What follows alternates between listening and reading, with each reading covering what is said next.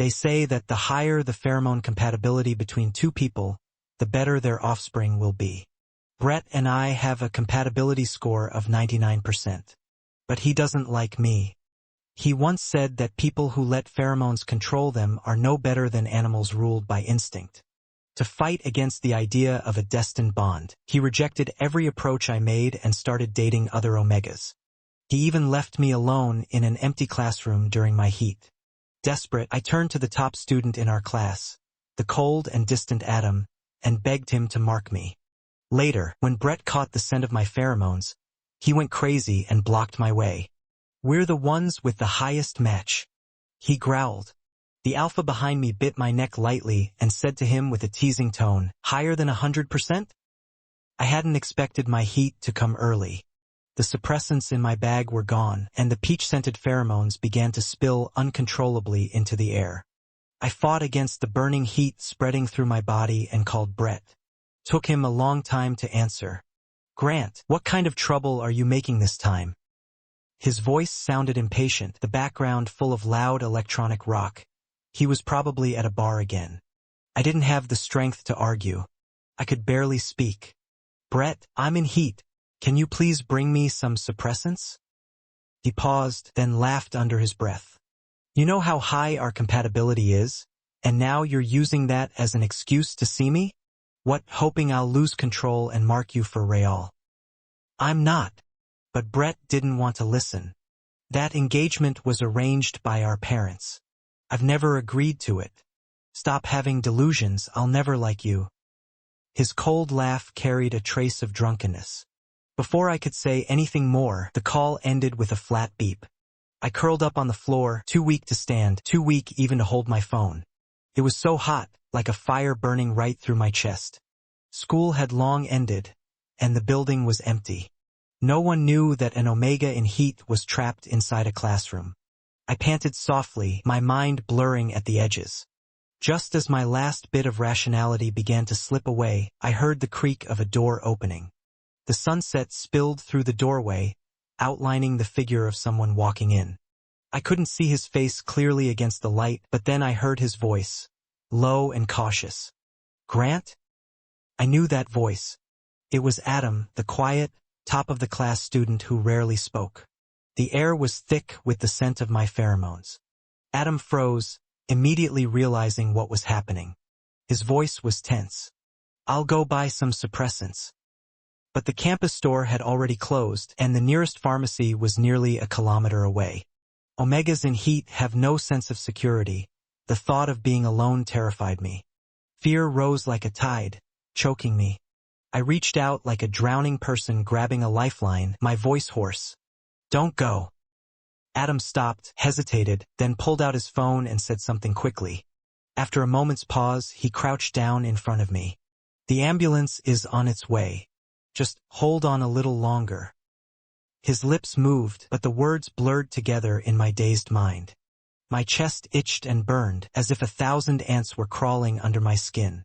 The only thing that could soothe an omega in heat, other than suppressants, was an alpha's pheromones. And Adam was an alpha. The moment that realization hit, every cell in my body seemed to wake up and scream for him. My body no longer listened to reason. I propped myself up and caught the front of his shirt. Adam, startled, stumbled and fell forward. I leaned in, burying my face in his shoulder, inhaling like a lost animal seeking comfort. His shirt was buttoned up to the top, a suppressant patch covering the back of his neck. He was wrapped up so tightly that I could only smell detergent on his clothes, not even a trace of his pheromones. "Please." I was so desperate I nearly cried, fumbling to undo his buttons but too weak to manage it. Adam caught my wrists firmly, stopping me. "Grant, you can't." His voice was rough, strained. I didn't answer, I just rubbed against him helplessly. "I want your pheromones. Please, Adam, just a little." The air was saturated with my scent, so thick it seemed to swallow us both. Adam clenched his fists, the veins on his hands standing out. His long lashes trembled, his face flushed deep red as if fighting some invisible force. I stared at him, captivated. Adam was usually cold and distant, always alone. Until that moment, I had never been this close to him, Never seen his face so clearly. He was beautiful. Narrow eyes, a straight nose, lips soft and full lips that looked impossibly kissable. The pheromones made me bolder than I'd ever been. Before I could think, my lips brushed against his. A soft sigh escaped me. Felt exactly the way I'd imagined. I could taste his pheromones then, rich and heady, like dark rum. I remembered from biology class that pheromones could be exchanged not only through marking, but also through a kiss. But it wasn't enough. The connection felt too faint, like a single drop of water falling into the sea. Instead of easing the heat, it only left me emptier. Not enough. I wanted more. I licked his lips softly. Adam's eyes widened in shock. But I couldn't stop. I leaned in deeper until suddenly he pushed me away hard. "Do you even know what you're doing?" His lips were still wet, his voice trembling. The pheromones inside me crashed wildly, my glands burning and aching. I didn't answer. I only buried my face against his neck. I tilted my head slightly, exposing the pale skin at the back of my neck, the most vulnerable part of me. "Mark me. It hurts, Adam. Please, just a little of your pheromones." My voice cracked as I called his name again and again, nearly sobbing. Then, a large hand gripped my neck. A cold, low voice growled against my ear, "Don't regret this." A sharp sting followed. My gland had been bitten. A rush of pheromones flooded into my body, spreading like fire, equal parts pain and relief. My whole body went numb, trembling, drained of strength. The strong scent of rum wrapped around me, intoxicating and heavy. Even though I hadn't drunk a drop, I felt completely drunk. My eyelids grew heavier, and I drifted into sleep. When I woke up again, I was lying in a hospital room. Through the inhibitor patch, I touched the back of my neck, and immediately flinched. I didn't know how much force Adam had used, but even the lightest touch still hurt sharply. Something rough brushed my palm. I opened my hand and found a button, probably torn from Adam's shirt by accident. Before I could stop myself, I lifted it to my nose. There was still a faint trace of rum lingering on it. Realizing how ridiculous that was, I blushed hard and quickly tucked the button into my pocket as if nothing had happened. The doctor gave me a few more inhibitors, then stopped me at the door before I could leave. "You should come back with your boyfriend sometime," he said, "and get your pheromone compatibility tested." Took me a second to realize who he meant. "He's not my boyfriend," I explained quickly. But the doctor just waved a hand with a knowing smile, the kind adults give when they think they've caught teenagers dating. I could only shut my mouth in defeat. "Is there a problem?" I asked finally. "Not exactly," he said. "It's just that his pheromone seems to blend very well with yours. I guess your compatibility is quite high. For alphas and omegas, pheromones determine attraction, and the higher the compatibility, the stronger the mutual response. It also meant better control over each other's pheromones and, theoretically, healthier offspring. Usually, a match over 80% was already rare. When Brett and I had tested at 99%, it had even made local news. I didn't take the doctor's words too seriously. How high could it be? 100%. No one had ever recorded a perfect match in history. My phone suddenly buzzed. A message from Brett. "I'm sorry, Grant. I drank too much last night and said awful things. I went to the classroom, but you were already gone. Are you home now? I'll come over." I stared at the screen, feeling absolutely nothing. Once words are said, no matter if they were meant or not, they leave scars that can't be erased. After a long pause, I blocked his number. I couldn't tell whether it was relief or regret. Maybe both. Brett and I had grown up together, inseparable since kindergarten. Our parents used to joke that we were practically glued at the hip. They'd tease us, saying, "You two won't be able to stay this close once you differentiate." Brett would puff out his chest proudly and declare, "Then I'll become an alpha and marry Grant. We'll never be apart." That confidence made everyone laugh. I had kicked him under the table, protesting, "Why can't I be the alpha?" He'd glanced at me quickly, cheeks turning red. "Then I'll marry you," he'd mumbled. I couldn't help but laugh. During our first semester of junior year, we finally differentiated, one alpha, one omega. When the tests showed a 99% pheromone match, everyone went wild. The community center interviewed us, online forums shipped us, and our parents were so delighted they decided to become in-laws on the spot. I hadn't really processed any of it. Only Brett looked uncomfortable, avoiding my eyes. He started dodging me altogether, skipping class to drink or party, his replies growing colder every day. I could feel it, the distance between us widening like a crack I couldn't close. And I had no idea what I'd done wrong. So I chased him, desperate for an answer. But all my clinging only pushed him further away. "Everyone keeps forcing me to be with you," he'd snapped one night, drunk and furious. "No one cares if I want my whole life controlled by pheromones. It's disgusting." Watching him slump to the floor, I couldn't tell what I felt. I just wanted things to be like before, for us to stay friends. I never imagined it would make him hate me. When my heat finally ended, I returned to school. The moment I stepped into the classroom, I saw Adam sitting by the door. He was in the blue and white school uniform, collar buttoned neatly to the top, every line of him precise and distant. For some reason, the back of my neck beneath the patch grew warm. I deliberately passed close to his desk. He didn't even look at me. Cold. Detached. As if he wasn't the same person who had once grabbed my neck and bitten my gland. He was pretending nothing had happened. That realization stung more than I expected. He'd kissed me, marked me, he couldn't just go back to acting like a stranger. Maybe I'd been staring too long, because he suddenly looked up. His dark eyes locked onto mine, filled with something deep and unreadable. Then, in a low voice only I could hear, he said, "What? Your heat's over, isn't it? If you don't want to be bitten again, stay away from me." The cruel edge in his tone stripped away the quiet, gentle mask I'd always seen. For a second, I froze, and then my heart started pounding wildly. When I blinked again, his expression was calm, cold, like nothing had happened. Maybe I'd imagined it. I returned to my seat, and before I could settle, Brett leaned over. "Grant, why did you block me? Are you still mad?" He was close, too close. Even through the patch, I could still smell his pheromone. That sharp mint scent used to draw me in. But today it made my stomach twist in revulsion. Took everything I had not to gag. I frowned and pulled out a mask, putting it on as casually as I could while shifting away. Brett stared at me wide-eyed.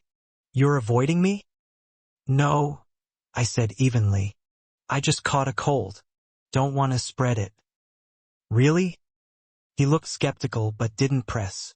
After all, everyone knew I used to chase him relentlessly. The idea that I'd pull away first probably never crossed his mind. At the front, our homeroom teacher clapped his hands. "Time to change seats." It was the start of term routine, pick your seat by rank. Adam moved first, carrying his books to a corner desk, isolating himself as usual. No one was surprised. When my turn came, Brett called out, "Grant, I already promised to sit with someone else." He didn't need to finish. I knew what he meant. He always ranked near the bottom, so by the time it was his turn, there'd only be one empty seat, the one beside me. Everyone knew about our 99% match and quietly saved it for him. "I get it," I said. Then, in front of the whole class, I pulled out the chair beside Adam and sat down. The room went silent. Even Adam looked stunned for a second. "What, you wanted to sit with someone else?" I asked lightly. "I can move if you'd like." I widened my eyes in mock innocence and leaned a little closer, my chin nearly brushing his shoulder. Adam turned his head sharply, the tips of his ears reddening. "No," he said stiffly. "I don't want to sit with anyone." "Good," I said smiling. Adam barely spoke all day. I kept talking anyway, teasing him when I got bored. Every time I leaned in, he'd bristle like a hedgehog and mutter for me to back off, face flushed, voice tense. Watching him flee the classroom again, I couldn't help doubting myself. My pheromones smelled like peaches. Couldn't be that unpleasant, right? A sudden commotion at the door drew my attention. A first-year Omega was confessing to Brett. Brett had always been popular, handsome, confident, the best-looking alpha of his year, as the school once voted. Getting confessed to was practically his daily routine. I lost interest quickly and turned to tap the shoulder of the classmate in front of me. Hey, don't you think Adam's way better looking than Brett? He's cold, sure, but not that cold. Someone must like him. Impossible, my classmate whispered. He's a defective alpha. Defective? I repeated. They leaned closer. He can't secrete pheromones. No Omega wants to deal with that. The words had barely left their mouth when Adam walked back in. I narrowed my eyes, watching him sit down, tracing the clean lines of his profile with my gaze. A defective alpha, huh? Then who was the one who'd marked me in that classroom? What's wrong? He caught me staring. Touching his cheek, his tone was oddly stiff. I tugged playfully at his sleeve. Aren't you hot in that thick uniform? Or are you hiding something under there? It was like pressing a live wire. Adam shot to his feet, jerking away. His face hardened. Don't touch me. His voice wasn't loud, but the whole class heard. Whispers broke out immediately. Knew it, defective alphas always have a temper. Why's Grant sitting with him anyway? Adam turned his head aside, pretending not to hear a thing. I froze for 2 seconds before forcing a laugh and drawing back my hand. That expression, I knew it too well. It was the same one Brett used when he told me to stop bothering him. I thought that since Adam helped me through my heat, things between us might be different. Maybe we could even be friends. Turns out, I was just fooling myself. I smiled faintly, bitterly, and looked away. I didn't notice the way Adam's breathing had gone uneven, or how his hands, clenched at his sides, were trembling ever so slightly. I was giving Adam the cold shoulder. Well, to be exact, I was the one ignoring him completely. I stopped talking to him first, stopped asking him for help when I got stuck on homework, just went straight to the teacher. Even when we passed each other in the hallway, I'd make a point to walk the other way. But apparently, Adam got anxious before I did. He actually tried to make peace first. A small piece of cake appeared in front of me. Adam stood nearby, his hands clenched, looking like he had something to say. What's this? I asked flatly. I saw it on the way here. Thought you might like it. This peach flavor. Peach, that was the scent of my pheromone. I didn't expect him to remember. My ears grew hot, but I still gave a cold snort and turned my back to him. I hate cake. Take it away. After a few seconds of silence, I heard the faint rustle of plastic wrapping. When I turned back around, both Adam and the cake were gone.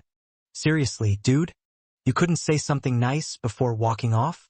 I'm not that hard to cheer up, you know. I was ready to forgive him if he'd just apologized properly. Now I was even angrier. That mood lasted all the way until the afternoon fitness test. Sit-ups in pairs. Everyone quickly found a partner except Adam, standing there all alone, looking awkwardly like Well and Adam. After a moment of hesitation, I sighed and walked over to help hold his legs down. A few curious glances came our way.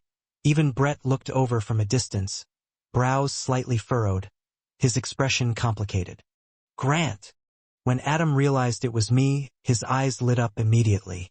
Seeing that dumb expression of his, I couldn't help but tease. What? You don't want to pair with me? I can leave. I do, he said quickly. It was like he was afraid I'd walk away again.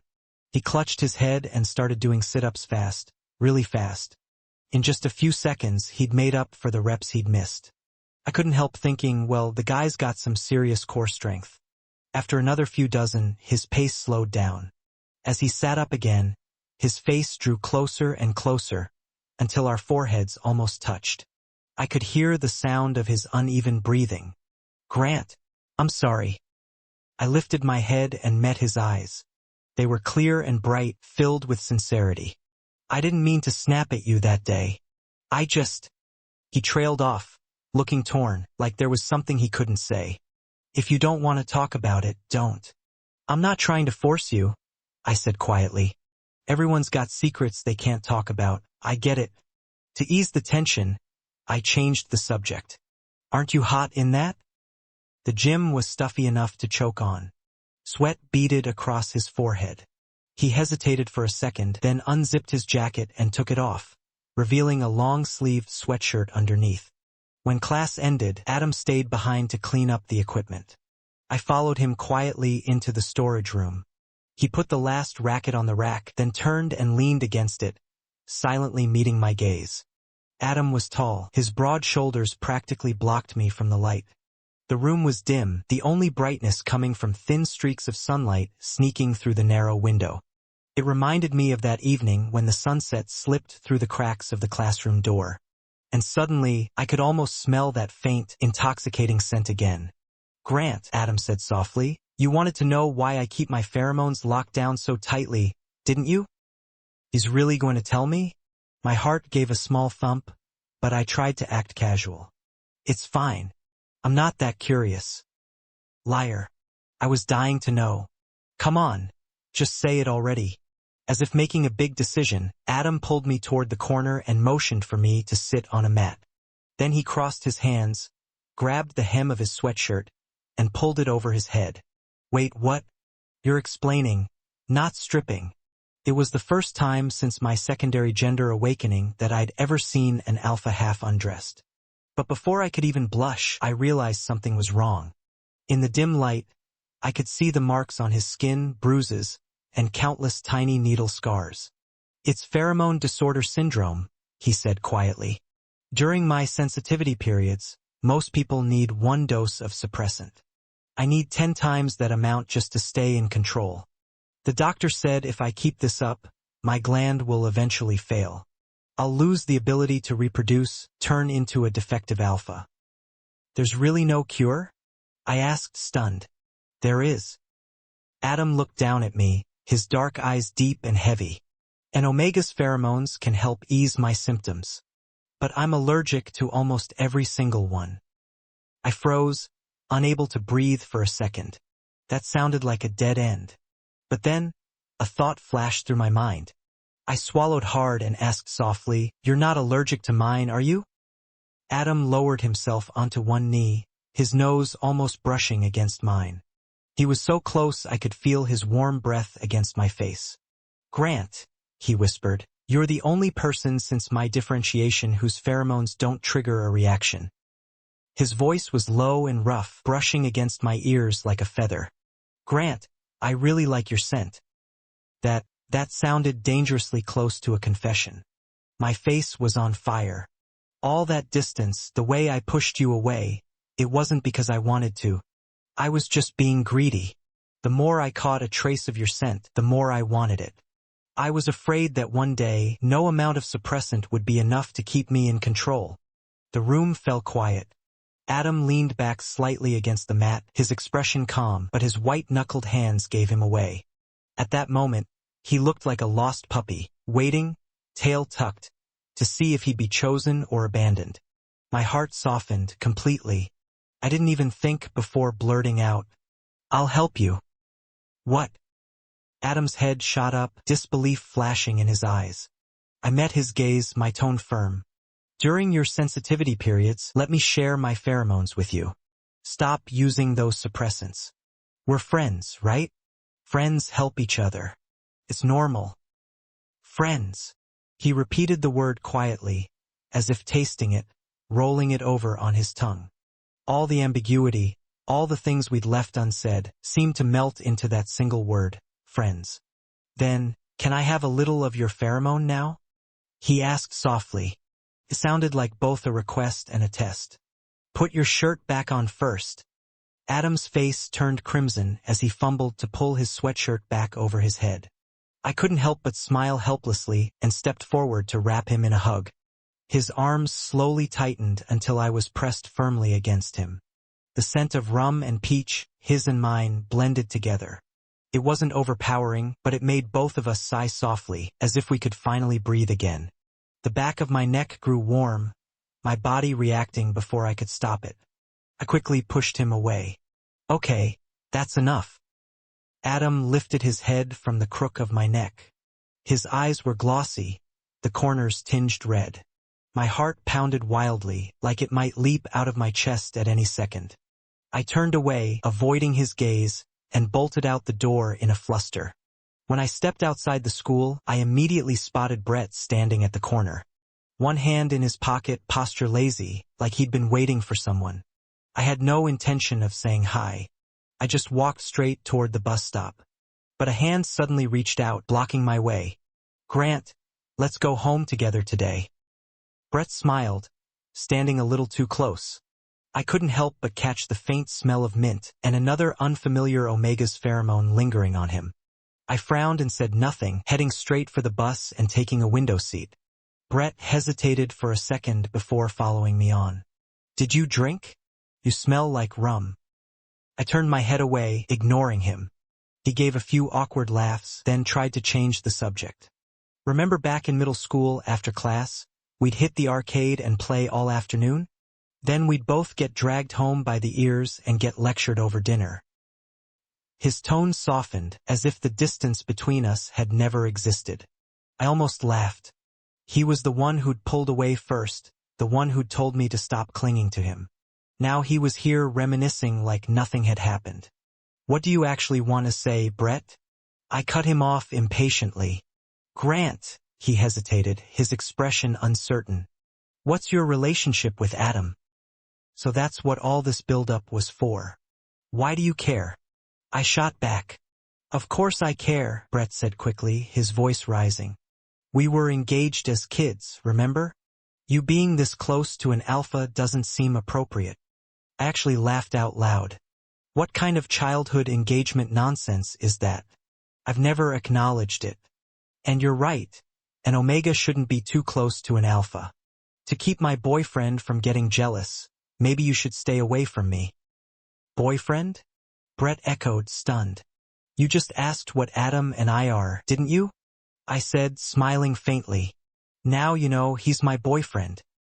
But he's a defective alpha. That's right, I said with a nod. So what? I like him, not his pheromones. That's impossible, Brett murmured, his expression collapsing. By the time I walked away, he was still standing there, frozen in disbelief. The next morning, Brett's seat was empty. When my eyes met Adam's across the classroom, I felt a bit guilty. After all, I'd called him my boyfriend without asking first. What's wrong? Adam asked quietly, noticing my hesitation. I fiddled with the hem of my sleeve, looking up at him with wide eyes. Yesterday, Brett asked me what we are. Do you want to know what I said? Adam blinked, sitting up a little straighter. The air between us felt thick, charged with something unsaid. He cleared his throat and tried to keep his voice calm. Friends, right? But I told him you're my boyfriend. Boom. Adam's face turned scarlet in an instant. His eyes darted everywhere, unsure where to look. I lowered my head and let out a short laugh. Then I reached over and poked his arm. So, are you or aren't you, Mr. Genius? Can I be? Adam lowered his eyes, his voice trembling slightly. Then, with sudden resolve, he looked up. Grant, I want to be your boyfriend. Something in me melted at the look in his eyes, clear, unwavering, completely sincere. I reached out, brushing my fingers against his. Adam, I'd like that. As exams approached, most of our easy classes were canceled. This was our last biology lesson, and I was half listening, chin propped in my hand. Under the desk, I quietly reached over and laced my fingers with Adam's. At the front, the teacher tapped the board. Now, about pheromone compatibility, she said. The higher the compatibility, the healthier and stronger the potential offspring. The highest known compatibility on record is 99%, extremely rare, often called a fated bond. Like Brett and Grant's, right? Someone piped up. Instantly, every pair of eyes turned toward me. The teacher chuckled, waving off the murmurs. Well, since we actually have a real example in class, she said with a smile, let's use them to illustrate. Brett and Grant's pheromone compatibility is 99%. If Grant were ever accidentally marked, Brett could completely override any other alpha's pheromone imprint. Even a permanent mark? Someone asked. Of course, the teacher replied. That's why they're called fated mates. A sudden pressure on my left hand made me flinch. I glanced sideways. Adam's brow was furrowed tight, his whole body tense. What if someone had a 100% match with Grant? A girl asked the question hesitantly. The teacher paused, then smiled faintly. In that case, that person could override any alpha's pheromone mark. But so far, she added, no one in the world has ever achieved a perfect 100% match. This lesson felt endless. If looks could kill, I'd have been turned into a sieve by now with how everyone kept staring at me. When the bell finally rang, I exhaled a long breath of relief. But as I turned to Adam, I realized something was wrong. His face was pale, his fists clenched tight, and his whole body trembled uncontrollably. Adam, are you okay? Grant, I think my sensitivity period just started. He reached for his bag, but I stopped him. You can't use suppressants anymore, I said softly. Don't be scared. When I finished this story, I had to take a moment to breathe.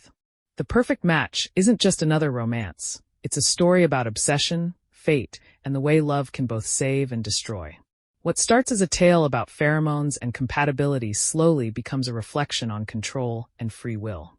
Brett represents what happens when pride blinds someone to what they already have, while Adam shows us a quieter kind of strength, the courage to care even when it hurts. Grant's journey is what makes this story powerful. He starts as someone desperate for love and ends as someone who finally chooses himself. The writing has a cinematic rhythm. The tension, the pauses, the unspoken emotions between lines. It all feels real. But at times, the story leans too heavily on the concept of fated bonds, almost forgetting that real love is built, not predetermined. Still, that final reveal, a 100% match, feels less like destiny and more like the universe rewarding two people who finally found balance in each other. I think that's what makes this story special. It's not about pheromones. It's about connection. About choosing the person who stays when everyone else walks away. What about you? Do you think Grant's love story was destiny, or a choice he made for himself? Tell me in the comments. I'd love to hear what you think.